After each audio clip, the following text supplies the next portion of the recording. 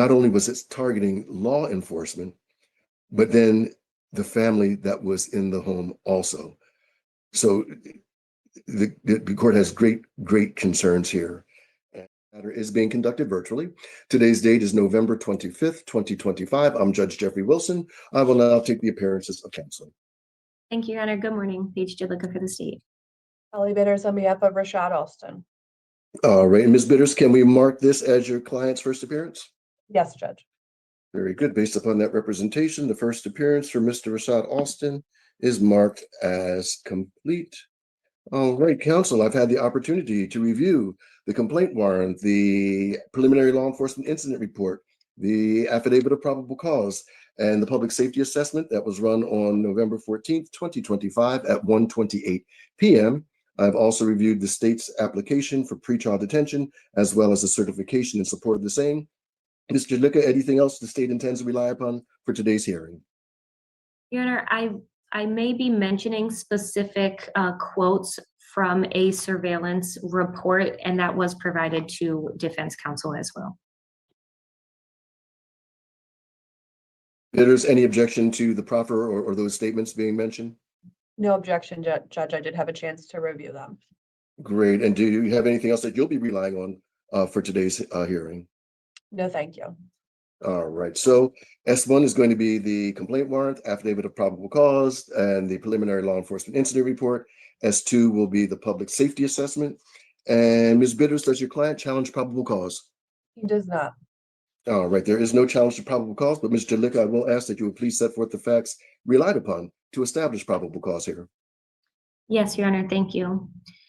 The charges stem, and I will be reading from the affidavit of probable cause here. Patrol responded to the residence for reports of a burglary alarm going off. While responding to the residence, police communications advised that the residence in which the burglary alarm went off was the residence of an Egg Harbor Township police officer, Officer Colvin. Police communications received a call from Austin's family stating that the defendant is acting erratic and possibly on a controlled dangerous substance. Officer Colvin utilized his portable radio to advise incoming patrol units that the front door of his residence had been kicked off the hinges and left it lying on the living room floor.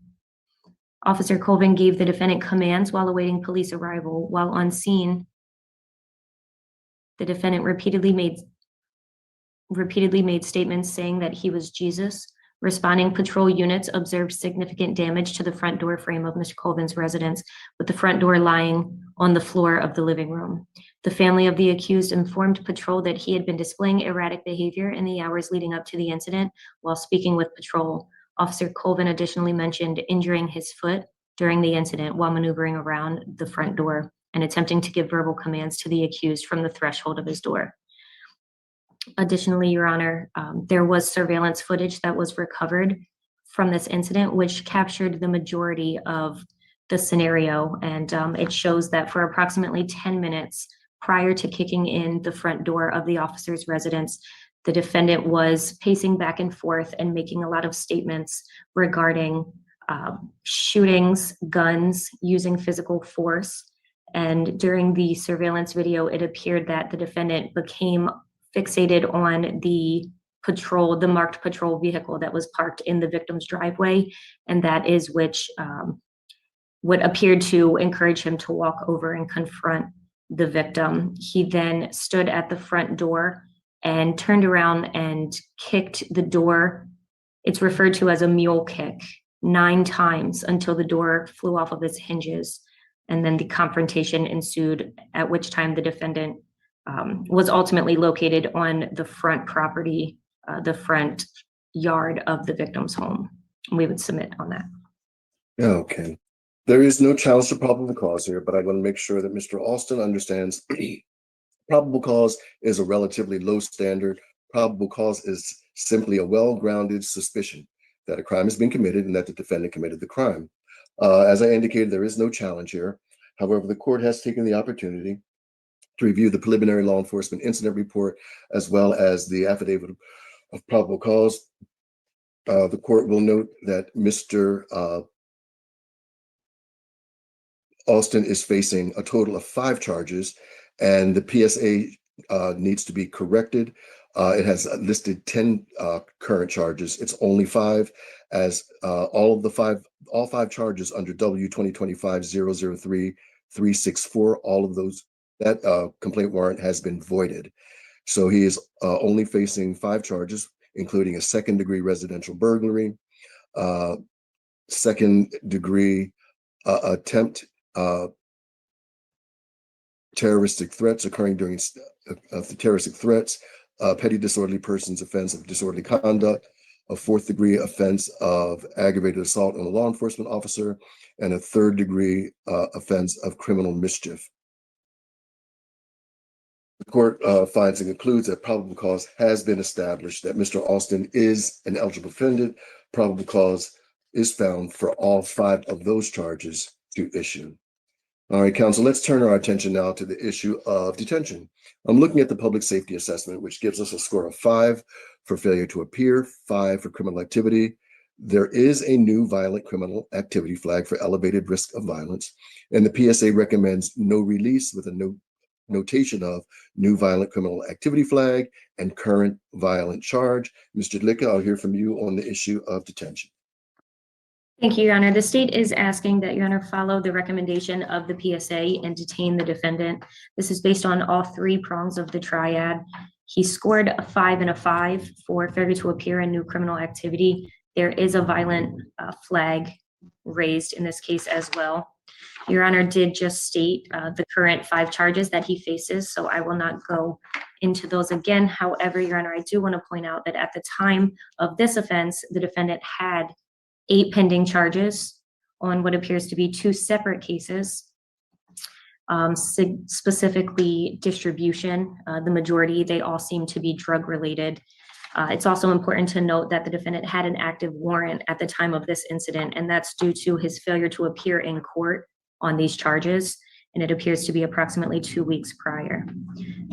Going back to his criminal history, he does have 3 prior disorderly persons convictions, and those include resisting and obstruction. So that goes to the risk of flight as well as obstruction in this instance. He also has 5 prior indictable convictions, again for CDS distribution, possession, and again 2 for resisting, one of which was a 2nd degree resisting, which was causing the ability to a risk of causing death or injury to another person.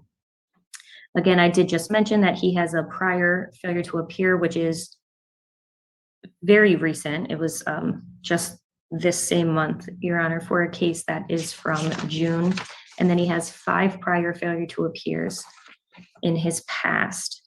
He has served several terms of incarceration. It appears the most significant was 4 years in prison for possession of a weapon and the resisting. He also has 3 prior domestic violence restraining orders, all of which are showing dismissed, but that does speak to his dangerousness here. As I did relay the facts to Your Honor, he had significant pending cases. He has a significant prior criminal history, and while an active fugitive status, he appears to observe a law enforcement officer vehicle parked in the driveway at 12:46 a.m. The victims were home sleeping when their front door was kicked off the hinges after the defendant kicked the door 9 times and then was making erratic and threatening statements. It obviously caused a lot of alarm. The defendant's family did recognize that he was acting erratic and caused concern, so much so that they also called 911 during this incident. So the risk of dangerousness is present here. The risk of flight is obvious, as it appears that he continuously fails to appear in court, and while having active bench warrants continues to commit crime. And his history of resisting and obstruction speaks to his risk of obstruction in this case. There are no conditions that Your Honor can set in place to ensure the safety of the community, specifically the victims in this case, which appear to be neighbors of his, or that he will appear in court and not obstruct the judicial process. So we would ask that Your Honor detain the defendant. Thank you. Thank you. All right, Ms. Bitters, I'll hear from you on the status of your client's continued detention.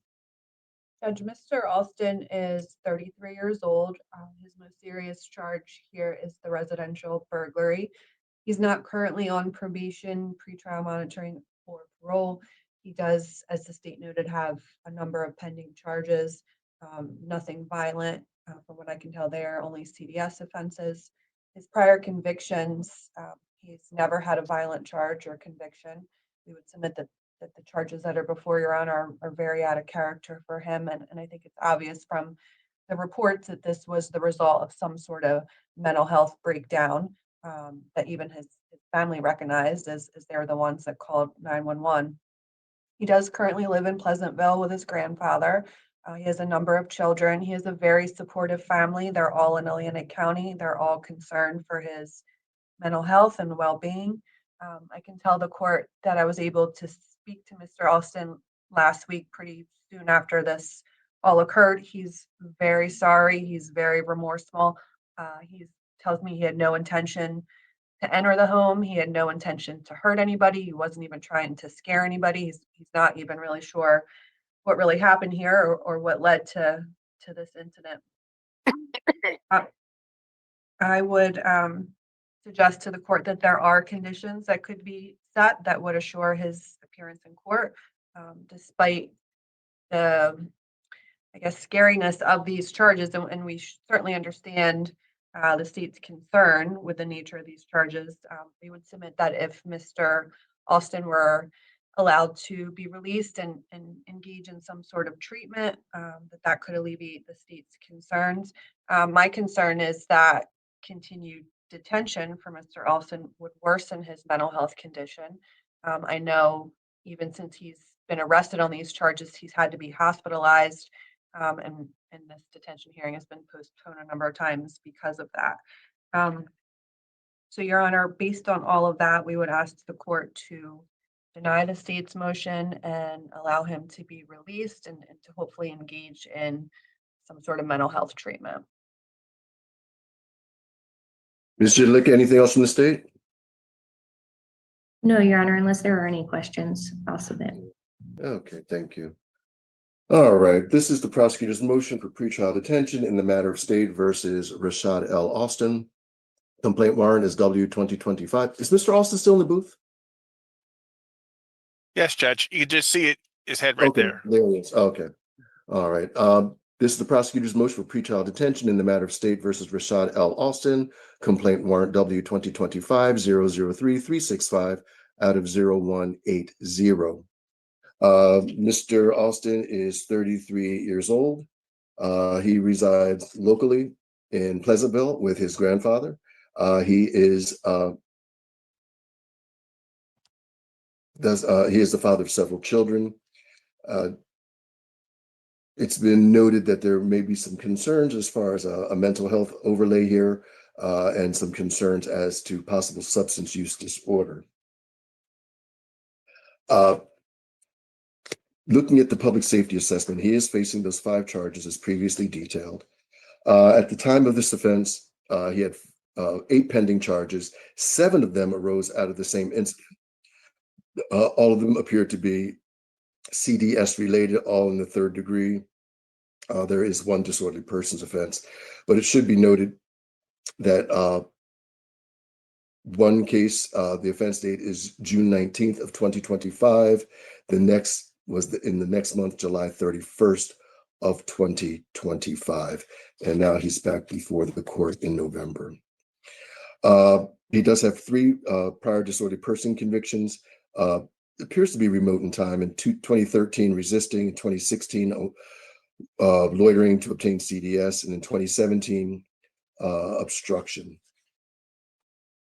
Does have 2 significant periods of incarceration. I'm sorry. Yes, 5 prior indictable convictions. 2 of them were disposed of in June of 2018. Possession with intent to distribute and a simple possession, both in the 3rd degree.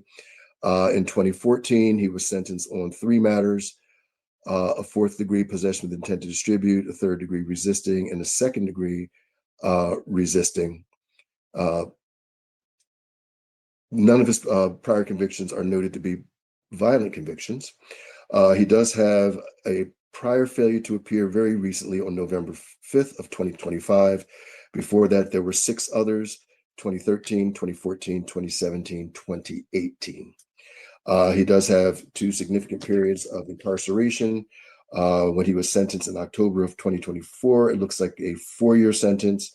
And back in 2014, for that resisting, it looks like a month and a half or 45 days. Not currently on probation, not currently on pretrial monitoring or parole. He has a history of 3 domestic violence restraining orders that have all been dismissed. It does not appear that he has any reported active warrant detainers. Based on all that information, the public safety assessment gives us a score of 5 for failure to appear, a 5 for new criminal activity. There is a new violent criminal activity flag for risk of violence.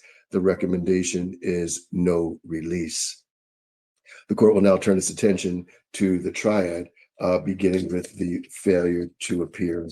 Although he does have 1 prior failure to appear this year, the other remaining 6 are remote in time, does give the court some concerns as to his current state of mind and his risk of being a failure to appear. So the court does have concerns there.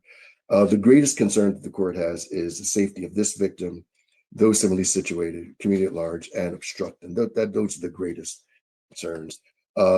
As indicated, this was a situation that occurred shortly after midnight, where Mr. Alston was in a frame of mind where he was targeting law enforcement specifically, and did not focus the damage on the patrol car, but actually on the officer's home, mule kicking a door until it actually caved in, which I think one could infer takes some determination and definitely strength. And not only was it targeting law enforcement, but then the family that was in the home also. So the court has great concerns here. And if this gentleman, there were some concerns that he was under the influence of some type of substance, recent arrests show that there are some concerns about him being involved with controlled dangerous substances. And as to gentleman, it appears that lately his criminal behavior is accelerating or intensifying. So the court has great concerns there. So based upon the totality of the circumstances, including his criminal history, taking into consideration the recommendation of the public safety assessment and the facts of this case, the court finds that the state here has established that no amount of monetary bail, non-monetary bail conditions of pretrial release or a combination thereof would this victim, though similarly situated, or our community at large, or that he would not obstruct or attempt to obstruct our criminal justice system.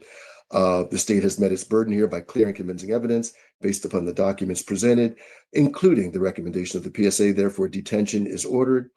Mr. Alston has 7 days to appeal my determination, and he shall be afforded reasonable opportunity for private consultation with counsel. I will note that pursuant to our statute 2A:162-19, sua sponte, I am ordering that he undergo a substance abuse evaluation to determine whether there is a substance use disorder here. Also, I cannot order this, but just definite considerations for an application to the Atlantic County Mental Health Court Program or to the Atlantic County Recovery Court Program. I would also strongly recommend that Mr. Alston avail himself of the services available to him there at the jail, more specifically with Jewish Family Services and the outreach that they do perform there at the jail. Ms. Bitters, the next court appearance for Mr. Alston is December the 3rd. That's this coming Wednesday. It's a pre-indictment conference. That's Team F. That'll be before Judge Smith. Ms. Bitters, anything else for this gentleman? No, thanks, Judge. Mr. Dlicka, anything else from the state? Your Honor, I would only note that we are going to ask that this be the matter be transferred to a team. So I will reach out to court staff about that. Very good. Thank you. Thank you. All right. And Mr. Alston, sir, that is all for today. Good luck to you. You can remove yourself from the booth and have them send the last person in.